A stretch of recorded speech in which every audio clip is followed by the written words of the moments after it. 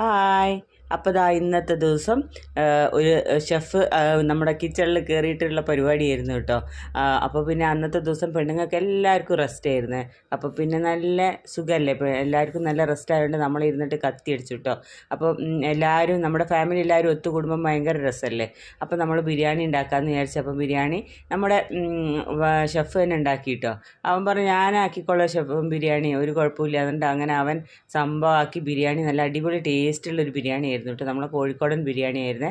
അപ്പോൾ അതാ ബിരിയാണിയിലേക്ക് വേണ്ട ചിക്കനിലേക്ക് വേണ്ട മസാലകളും എല്ലാം പുരട്ടി വെച്ച് ഓൾറെഡി എല്ലാം സെറ്റാക്കി വെച്ചിട്ടുണ്ടായിരുന്നു കേട്ടോ. അപ്പോൾ അത് നന്നായി കൈകൊണ്ടൊക്കെ കുഴച്ച്, അതാണ് അതിൻ്റെ ഒരു രീതി കേട്ടോ. നല്ലോണം കൈകൊണ്ടൊക്കെ കുഴച്ചെടുത്തിട്ട് പിന്നെ നമ്മൾ വേവിക്കുക കേട്ടോ ചെയ്യൽ. അപ്പോൾ അതിനുള്ള പരിപാടിയായിരുന്നു കേട്ടോ. മസാലകളെല്ലാം പുരട്ടി വെച്ചിട്ടുള്ള നല്ല കൈ കൊണ്ടൊക്കെ കുഴച്ച് സെറ്റാക്കിയിട്ട് അതിൻ്റെ ഒരു സൈഡിൽ നമുക്ക് ചോറും വേവിച്ചിട്ടുണ്ട് കേട്ടോ. എന്നിട്ട് അത് നന്നായിട്ട് വേവിച്ച ചോറും എല്ലാം കൂടെ നമ്മൾ ലെയറായിട്ട് ദമ്മിട്ടിട്ട് എടുക്കുകയായിരുന്നു കേട്ടോ ചെയ്തത്. അപ്പോൾ സൗകര്യങ്ങൾ കുറവാണെങ്കിലും നമുക്ക് എന്താ പറയുക, എത്ര പേർക്ക് വേണമെങ്കിലും ഫുഡ് ഉണ്ടാക്കാമെന്ന് കേട്ടോ ഇതിൽ മനസ്സിലാക്കാൻ പറ്റുന്നത്. അപ്പോൾ നമ്മൾ അതിന് റൈസെല്ലാം ഇട്ട് ദമ്മിലേക്ക് മാറ്റിയായിരുന്നു കേട്ടോ. അപ്പോൾ പെട്ടെന്ന് സംഭവങ്ങളെല്ലാം ഫാസ്റ്റ് ആയിരുന്നു കേട്ടോ. അപ്പം നമുക്ക് പിന്നെ ഒരു വലിയ ടെൻഷനായിട്ടൊന്നും ഉണ്ടായില്ല കേട്ടോ. എല്ലാം പെട്ടെന്ന് റെഡിയാക്കി അങ്ങനെ നമ്മൾ ദമ്മിട്ടു കേട്ടോ. പിന്നെയെന്ന് പറഞ്ഞു കഴിഞ്ഞാൽ അതിൻ്റെ തൊട്ടപ്പുറത്ത് തന്നെ പായസം വെക്കുന്നുണ്ടായിരുന്നു കേട്ടോ. പായസം എന്ന് പറഞ്ഞാൽ അടിപൊളി പായസം, പറയാതിരിക്കാനേ വയ്യ.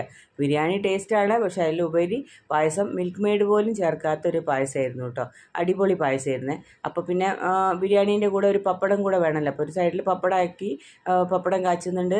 ഒരു സൈഡിൽ നമ്മളിതാ അപ്പോഴേക്ക് ബിരിയാണി എല്ലാം സെറ്റായി. പിന്നെ അതെല്ലാം ദമ്മിട്ട് പിന്നെ അത് കഴിഞ്ഞിട്ട് നമ്മൾ അത് സെർവ് ചെയ്യായിരുന്നു കേട്ടോ. കുറച്ച് സമയം നമ്മൾ ദമ്മിട്ട് വെച്ചതിന് ശേഷം പിന്നെ നമ്മളെ കുട്ടിപ്പട്ടാളങ്ങളൊക്കെ ഇടയ്ക്കിടയ്ക്ക് വന്ന് നോക്കൂട്ടോ, ഫുഡായോ ബിരിയാണി ഉണ്ടാക്കുമ്പോൾ പിന്നെ എല്ലാവരും ഫേവറേറ്റ് അല്ലേ.